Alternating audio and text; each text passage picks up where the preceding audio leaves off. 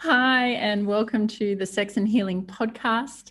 I'm your host, Erin Kyna, and thank you so much for joining me as we take a wild ride together through the realms of sexuality and healing. So today's episode is a bit off the cuff. It is unplanned and unscripted, but it's based on an amazing conversation I had this morning with my lover. So I thought it was a great time to share a little bit more about myself and a little bit more about the way that I choose to live. Or I choose it. But it's also me, and I feel a bit choiceless in some ways. But I want to share a little bit more about our relationship as well. So for those of you that know astrology, I am very Piscean. So even though I have a Cancer sun sign, my moon is in Pisces in the 12th house, which is also the house ruled by Pisces. I have Pisces rising, so my ascendant sign is Pisces. And I have Neptune conjunct the midheaven. So Neptune is the ruler of Pisces, and it's sitting right there at the very peak of my chart, which is like my purpose line or your career line. And it's what you hear it's the flag that's waving at the top of the chart. And it's ruled by Neptune, which is the ruler of Pisces. And Neptune as a planet is a gas planet. So it has no boundaries. So if you are heavily influenced by Pisces in your chart, like me, then you have these very strong influences of the collective consciousness, of the oneness of us all. It's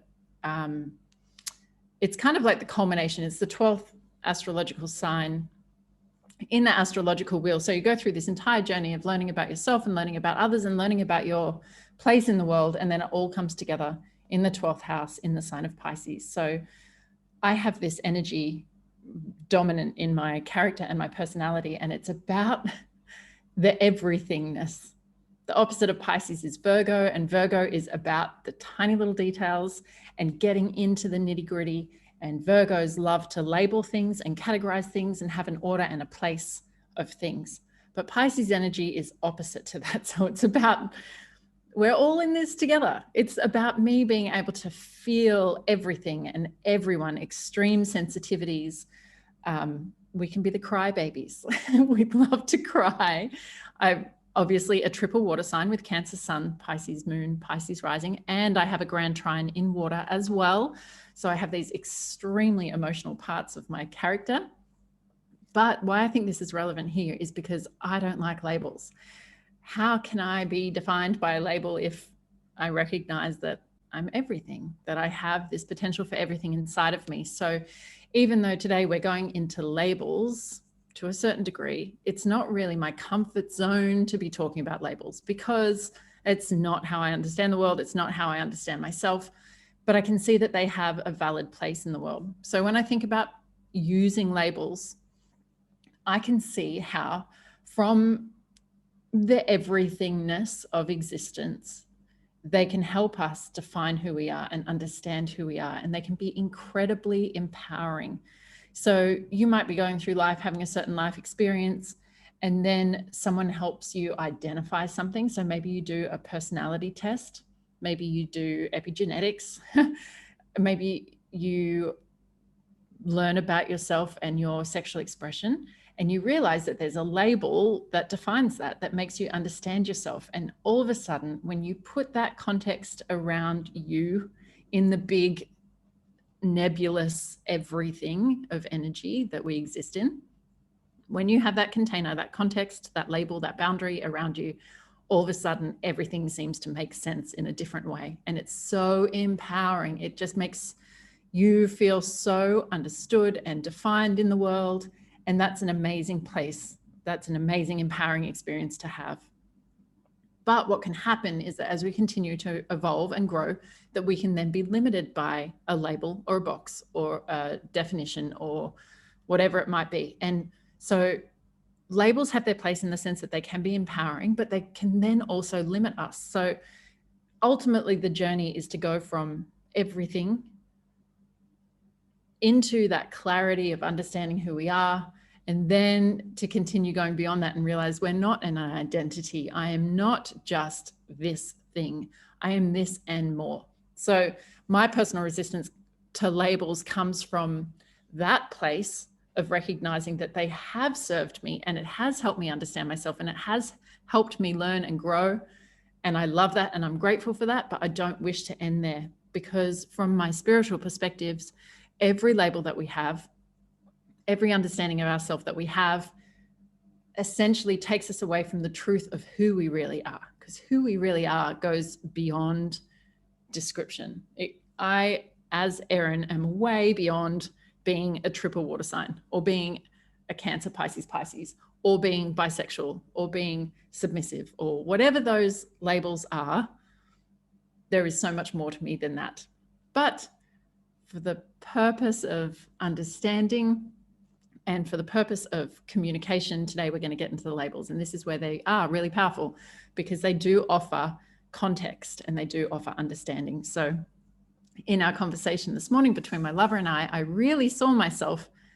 I saw the challenges and the opportunities that I'm facing right now in a much more distinct way than I had before. And that's thanks to labels. So I'm going to share some of those labels with you today. So some people would say that this is a lifestyle, that BDSM, or the power exchange relationship that I share with my partner, is a lifestyle. And I can absolutely understand it in that way. And I can see how people identify it that way. However, I don't see it as a lifestyle. I just see it as part of what makes up Erin. So in that context and understanding, I am bisexual. I am mostly submissive. I am non-monogamous. And I'm falling in love.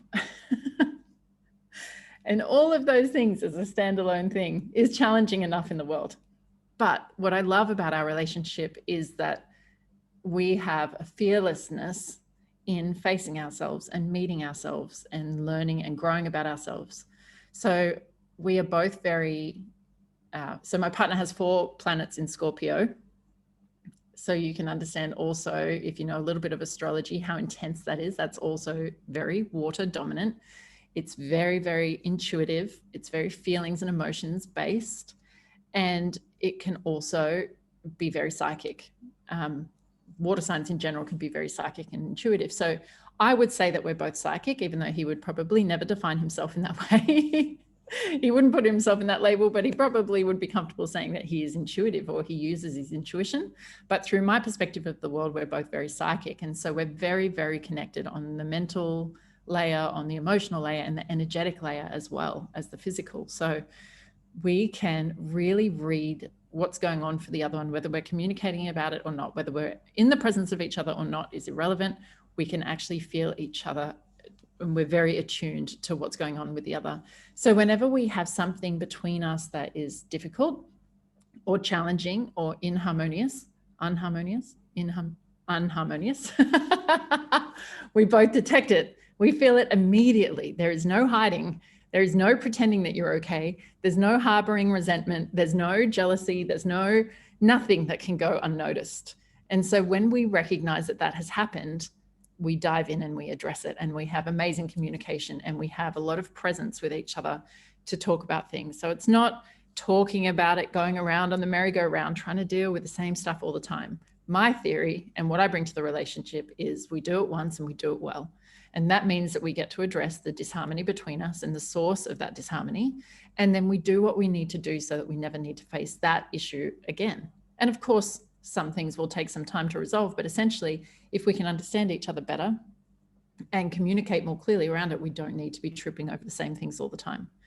So today was an opportunity for us to resolve some of the stuff that had come up between us. And I have a tendency to both experience anxious attachment in my relationship style and secure attachment. And I can really feel myself when I flip between the two.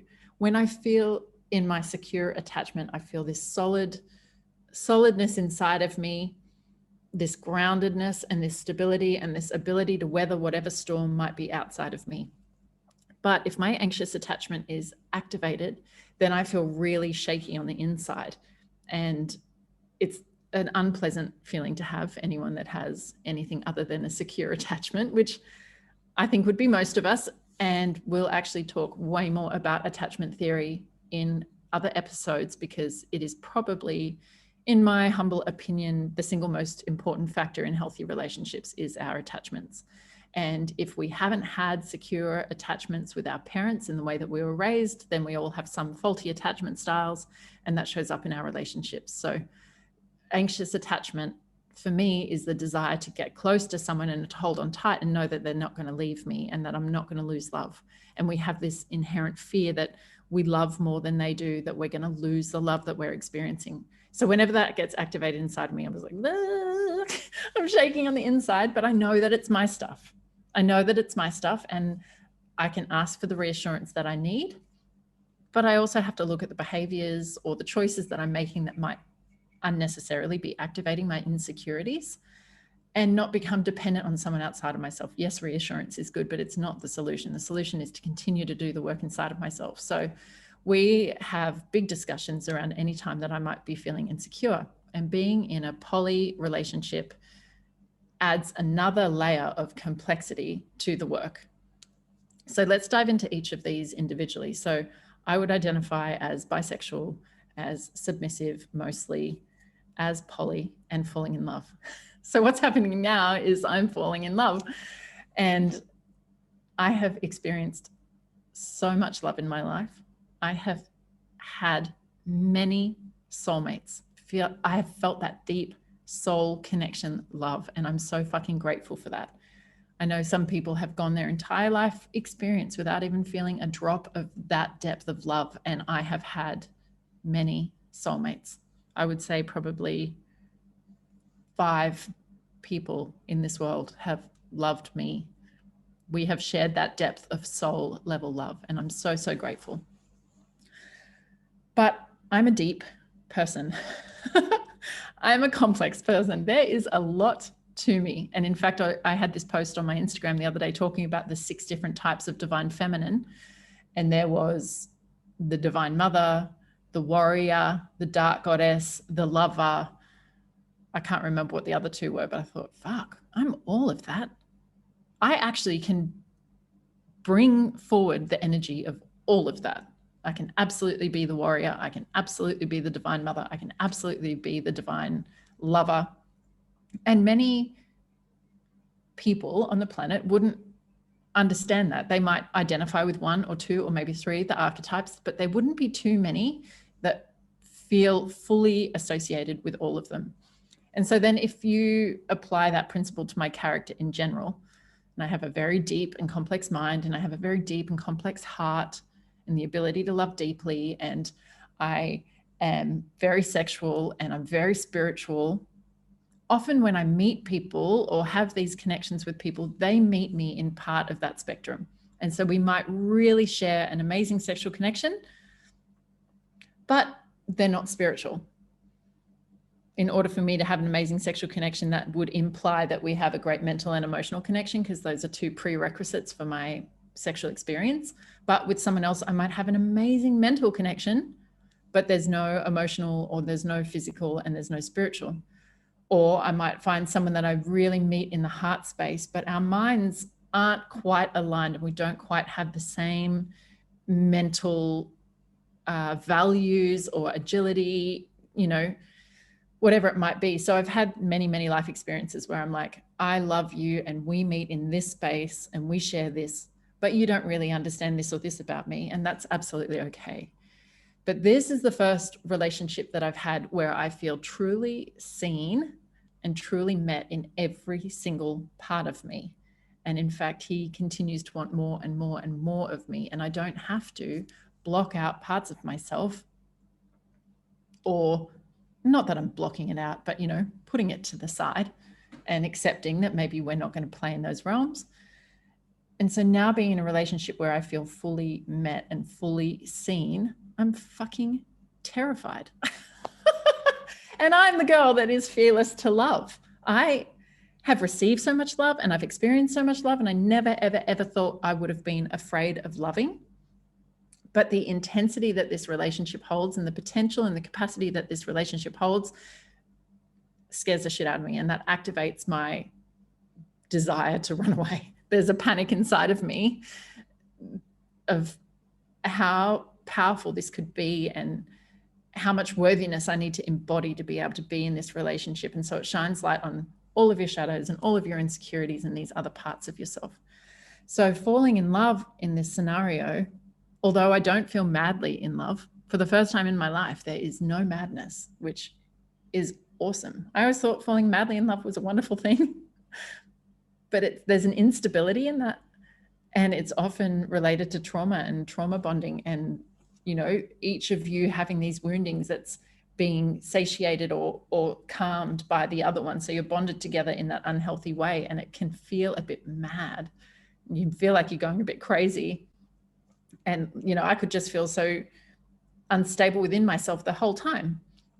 Whereas this love experience doesn't feel mad in the slightest. It has such a stability and a calmness. And my partner has very secure attachment. And that means that me, as a little piece of Velcro, looking for my other piece of Velcro in the world that I want to stick myself to and then feel safe and know that I'm loved and know that I'm okay, there's no corresponding piece of Velcro in his energy field that I can attach myself to. If he's a smooth surface and I'm a bit of Velcro, you can imagine, like, that's fucking scary. I'm like, please just like attach to me so I feel safe. But it's so healing, because that activation of my anxious attachment can't be reciprocated. So yes, that forces me to face my stuff, but it also creates this amazing space for growing and healing. So falling in love, it definitely comes with that feeling of falling. I can't deny that. Like, I feel like I'm slipping deeper into love, into vulnerability, into fully being seen, into fully sharing the depth of my delicate, tender, precious heart.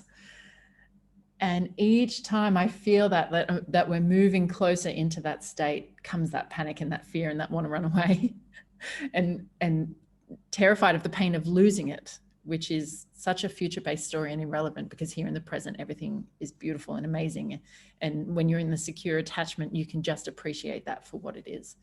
But being in love is a minefield. And for any of us that are choosing to open our heart into love, it is always going to show you the parts of yourself that feel unworthy of love and feel wounded from past love experiences. So being in love is a minefield, a beautiful, growth allowing, painful minefield. And then we can talk about submission. So my partner and I are in a power exchange relationship where he holds the dominant energy and I am the submissive. And this is the first time that I've gone that deeply into the energies of power exchange. And in so many ways, it satiates me on a level that I never knew that I could. It's like recognizing that I've had this need inside of me, a genuine need inside of me to be submissive that I didn't even know that I had. So I was existing through life with this unmet need, but that had become very normal. You just normalize it, you adapt and you tolerate it and you don't even know. And then when you start to get that need met in a healthy and profound way, oh my God, it's like being the thirstiest you could ever have imagined being and drinking the most beautiful, divine, perfect glass of water. That feeling of being satisfied on a level deeper than you ever have before is unbelievable. And then you realize, fuck, I've had that need my whole life and haven't realized. So even though on some level I might have been naturally submissive, my life experiences created me otherwise. So it's an interesting conversation around nature and nurture and whether submission is inherent or whether it's something that we've learnt, because I'm also an alpha and I also am a natural born leader and I am very assertive and dominant in many areas of my life. But in this love relationship, I absolutely love submission. So what I'm learning about myself is that I have always had this devotional heart. I have loved to give and loved to serve my whole life. And I even remember being a child and saying to my mum, like, Mum, can I do anything for you? Can I serve you? Can I make you a cup of coffee? Mum, like, I just wanted to show my love in that devotional service oriented way. And it's always been like that. I've always loved to care for the people around me in that way. But now I have a place where I can pour that love into someone that truly recognizes it for what it is and values it in that way and loves to receive it, and then take that energy and pour it straight back into me. So it's this reciprocal exchange of energy, is that I get to serve and use my love and my devotion and my submissive to someone that I hold such deep love and respect for, who holds such deep love and respect for me, who also gets a need for dominance met in that very structured and consensual and love-filled and respectful way. And we both know our place, and we both know our role, and we both know how to meet the needs of each other, and we both know how to meet our own needs to show up as the best version of ourselves so that we can have the best exchange experience. So that journey in and of itself is its own painful but growth-inducing experience. It is absolutely fucking terrifying to go deeper and deeper into submission, because essentially what I'm doing is I am stepping away from the Erin that I know, that I identify in the world, the boundaries that I put up, the walls and the protection that I walk through the world with at all times. And I am making myself completely vulnerable. I am allowing myself to merge energetically into someone else, someone else's mind, someone else's heart, someone else's energy. I am trusting implicitly that that energy, that person can hold me, that can take care of me, that can lead me into experiences, that can help me grow. But essentially, I'm handing my power over. And again, that's fucking terrifying.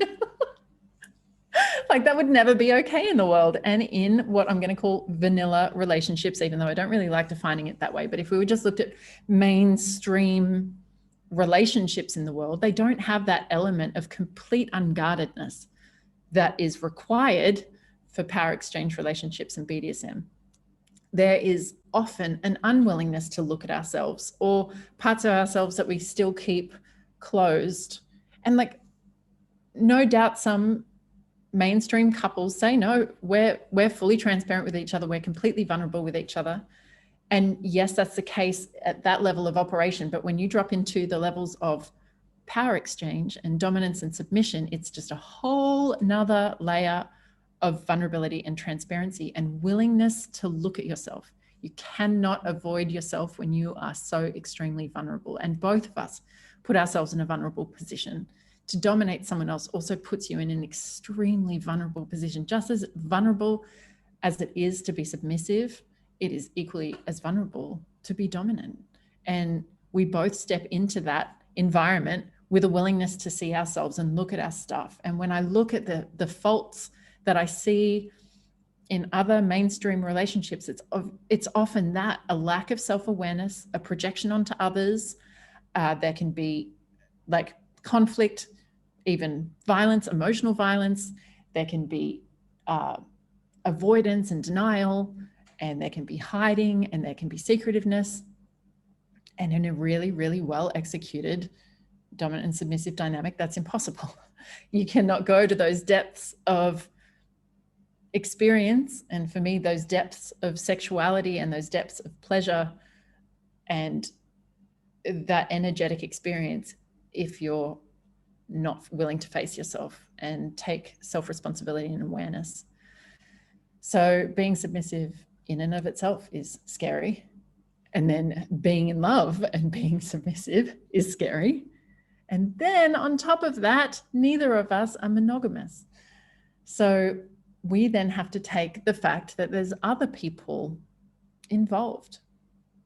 So although I have had great periods of my life where I'm monogamous, and I have periods of my life where I'm poly, and I can see myself again shifting through that spectrum, context related, context relevant, dependent, I guess.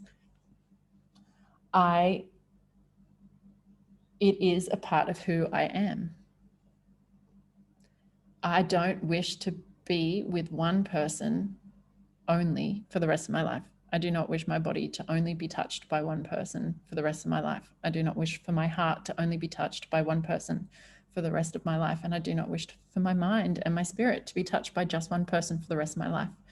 Even though I love the depth of bond that I share with one person, I cannot see myself being fulfilled by that for the rest of my life. And there are times like now, as I'm still just establishing this relationship. We met in May, so it is now November. So what's that, coming up to 6 months? In this establishment phase, I could not imagine sharing my heart and mind to this depth with someone else. There's too much happening in my current relationship of foundation setting and getting to know each other and getting to know our dynamic and how we wish to express and working through what naturally comes up, that I couldn't imagine adding another layer of complexity. Once we have a more steady ground and we're established in that, I could see myself absolutely having space for a female partner in my life. And so that brings in then that layer, the additional layer of being bisexual. Oh my God, so many labels, so much complexity. But what it takes to be all of these things at once is such incredible courage and willingness to look at myself, because being poly means that my partner has other partners and other lovers and can hold space for having multiple partners at one given time without jeopardizing meeting the needs of each of us as individuals. So we have had that experience where I can feel that in order for him to share his energy with someone else, that there has been no subtraction from me. Up until now, many of the poly situations that I've been in haven't been executed to that level of awareness where you can wholeheartedly maintain your connection with me and share with someone else. And what I see most commonly in other poly dynamics, where there's lots of triggers and there's lots of jealousy and there's lots of insecurity, is that it's often triggered by someone withdrawing the energy, the attention away from one in order to then focus and give to the other. And I think we've all felt that at some time in our dating life, in our relationship life, where we feel like we're in the spotlight and we're getting our needs met, we're getting all this attention and this love and this desire, and it feels so good. And at some point that starts to fade naturally, that starts to stabilize or normalize a little bit. And then someone else comes along on the scene and all of a sudden they get the spotlight. They're the center of attention, and all the love and attention is going that way. And you feel the lack, you feel that you're no longer getting your needs met. And so I see a lot of poly relationships around me operating on that level, unfortunately. And it is often in these circumstances specifically that I'm talking about, the female partner that has a male partner that is just chasing lots of other women, and they feel the lack and they feel unmet and they feel jealous and insecure. And that's not to say that I haven't had to battle with a sense of jealousy and insecurity, but what I also have is this experience of having my heart prioritized, that my emotional well-being is not jeopardized, that my connection and the energy that I can feel and the place that I hold in his life and his heart and his mind is not jeopardized. And he has had the same experience with me, that I am able to share my focus and my time on something else in my life without it ever jeopardizing the experience that I have with him.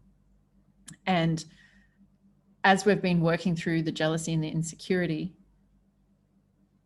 I've reached a place where I know I'm happy for him when he gets his needs met in other places, with other people. I feel really good about that. I don't feel challenged by it. And I have that feeling that I know that he's always going to come home to me, that there is a sense of home that we share, and that as he goes to experience different things with different people and energies that I don't provide for whatever reason, like as much as I offer, there's still experiences that other women, other energies, other characteristics, other nature that he can experience with others that he can't experience with me. And of course, if that's satisfying, I want him to have that experience. And in some ways you feel alleviated of not having to do that or be that. And no, I can just be wholeheartedly myself.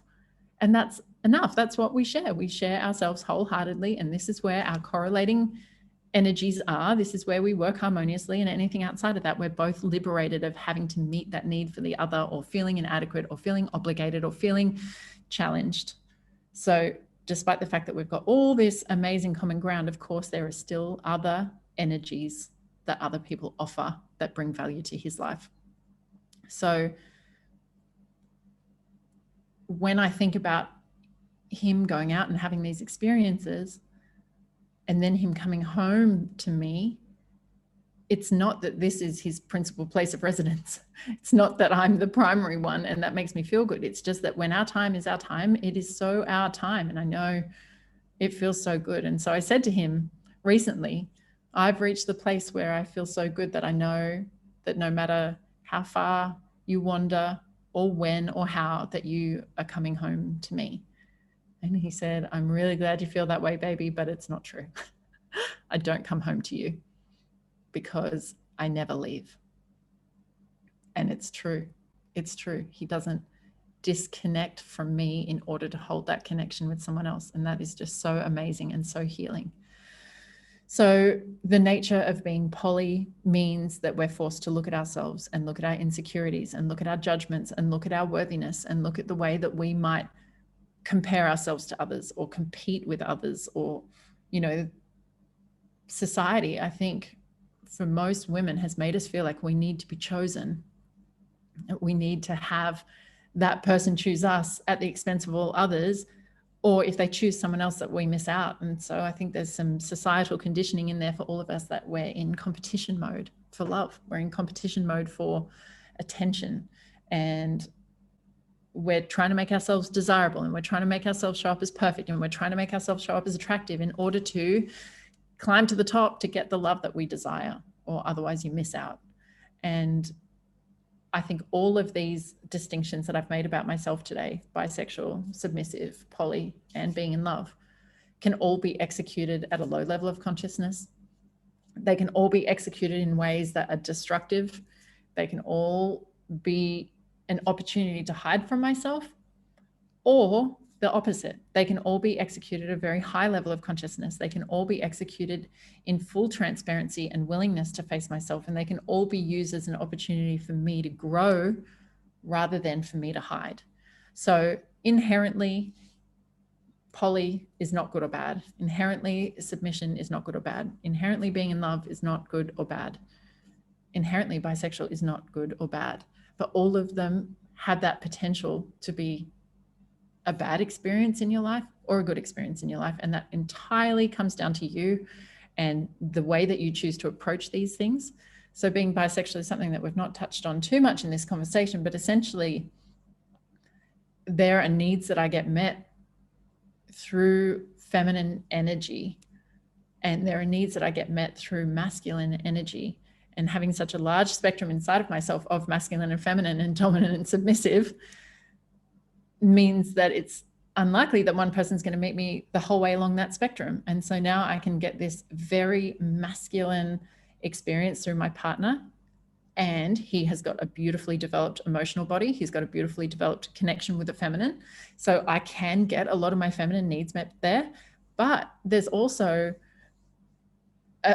an ability for me to be so feminine and want to be so feminine that he can't really meet me there. Like I could go so deep into conversation and analysis. Like I love to talk and I love to process. And with him, we keep that very purposeful. We don't just talk for the sake of talking. He's not wanting to be engaged with me if I'm just, I don't know, talking frivolously about life. That's not a satisfying experience for him, but it is for me. I love it. So I have that with my female connections, this ability to just be in that talking and the analysis and the emotionality and like those very feminine kind of experiences that I have. And I get to go and have those extremely masculine experiences and have that strong provider, dominant energy in my life with him, but not at the sacrifice of all of my feminine, which is fantastic. So that essentially is my monologue on what it's like to be so complex. And, you know, as I said, that context and that understanding those labels helps me understand myself. It helps me get my needs met. It helps me discern who are appropriate partners to have and who are appropriate lovers to have and who are appropriate friends to have, and how I might be able to distribute my needs across multiple platforms. So it's what my partner and I call having a bullpen, which is a baseball term. So on a baseball team, there are 2 players per position, except for the pitcher, and there are 20 pitchers per team. And that's because pitching is a highly specialized and demanding role. So if you know that you have specialized or high or demanding needs, that's no fault of you, even though the world tends to frown upon us if we're needy. Being seen as needy is often not a positive thing. And we might have felt very shut down and ignored and denied and judged and shamed for being needy in our lives. But actually, when you're a deep and emotional and complex person, it just is what it is. We call it needy, but I don't really like to use that word because of its connotation with being something bad. But I have a very high emotional need, and I have a very high sexual need. And my partner is the same. He has a very high sexual need and he has a very high mental need. And actually, I would also go to say that I have a mental need and he has emotional needs. We're very deep and complex people. And when that's the case, it's not wise to put all that need on one person and say, you're now solely responsible for meeting my need because we're in a relationship together. It is better to have multiple sources of getting that need met, so that should one person say, I need a break, and that's what my partner and I negotiate and navigate. Sometimes I need a break from his sexual needs. Sometimes he needs a break from my emotional need, and all of that's okay. It's not a reflection of how much we love each other. It is not a time to question whether we're loved. It is just a recognition that sometimes we need a break. I need a break. He needs a break. But that doesn't mean that we have to then go into lack, because we have multiple sources of that energy. So if I look at my emotional need and my need to verbally process and my need to talk, my need to be really seen and heard, if I place all of that on him, or if I go to him for more frivolous things in my life to get my emotional needs met, say I'm having problems with my family, if he's the one that I turn to, at some point, I might max his ability to meet my emotional need and he will need to take a break. So I have to be mindful of that. And I choose to use him for the emotional needs related to sexuality, because he is the best one at helping me process anything regarding the realms of sexuality.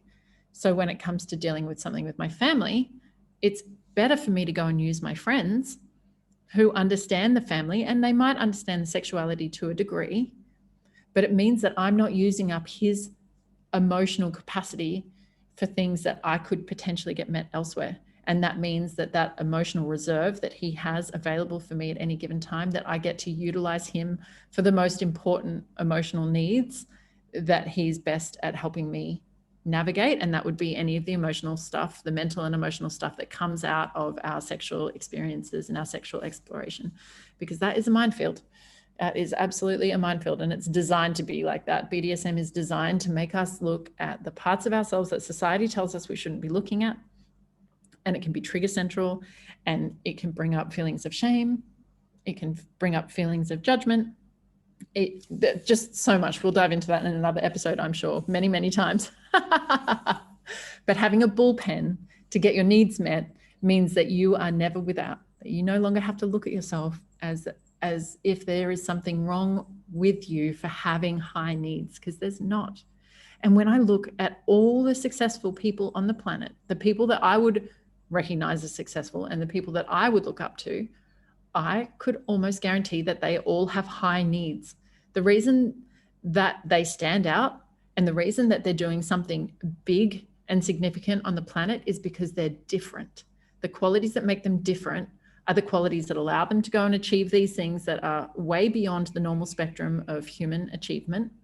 And that would mean that their needs and their being is way beyond the normal human spectrum. So my emotional capacity, yes, it's big. Yes, I've been needy.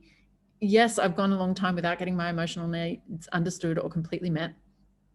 But that also gives me this amazing emotional capacity to utilize in my work, to utilize as a healer, to utilize on this platform, to touch the lives of others, to help hold space for others that are going through grief, that are going through trauma, that are going through navigating deep emotional things. I have this fearlessness and this ability to handle everyone's emotionality. So I can use that to better society, and I can use that as part of my purpose rather than thinking that there's something wrong with me or feeling unmet. So that is what it's like to be Erin. I hope you have enjoyed this dive into these particular labels. I hope that you have gained something from this. And if so, I'm super curious to know what you are taking away, what really hit the spot, what didn't really answer questions. I would love to hear from you. You can reach me in many, many ways. Instagram is my favorite. So come and follow me. Come on over. Come on over to Instagram, follow me there, and reach out and let me know what your takeaways were, what your questions are. And I invite you just to share this podcast with anyone that came to mind. If someone that you think might benefit from understanding this about themselves, maybe they will benefit in understanding you better with this information. I really invite you to share this podcast. So thank you so much for joining me, and I cannot wait to see you in the next episode.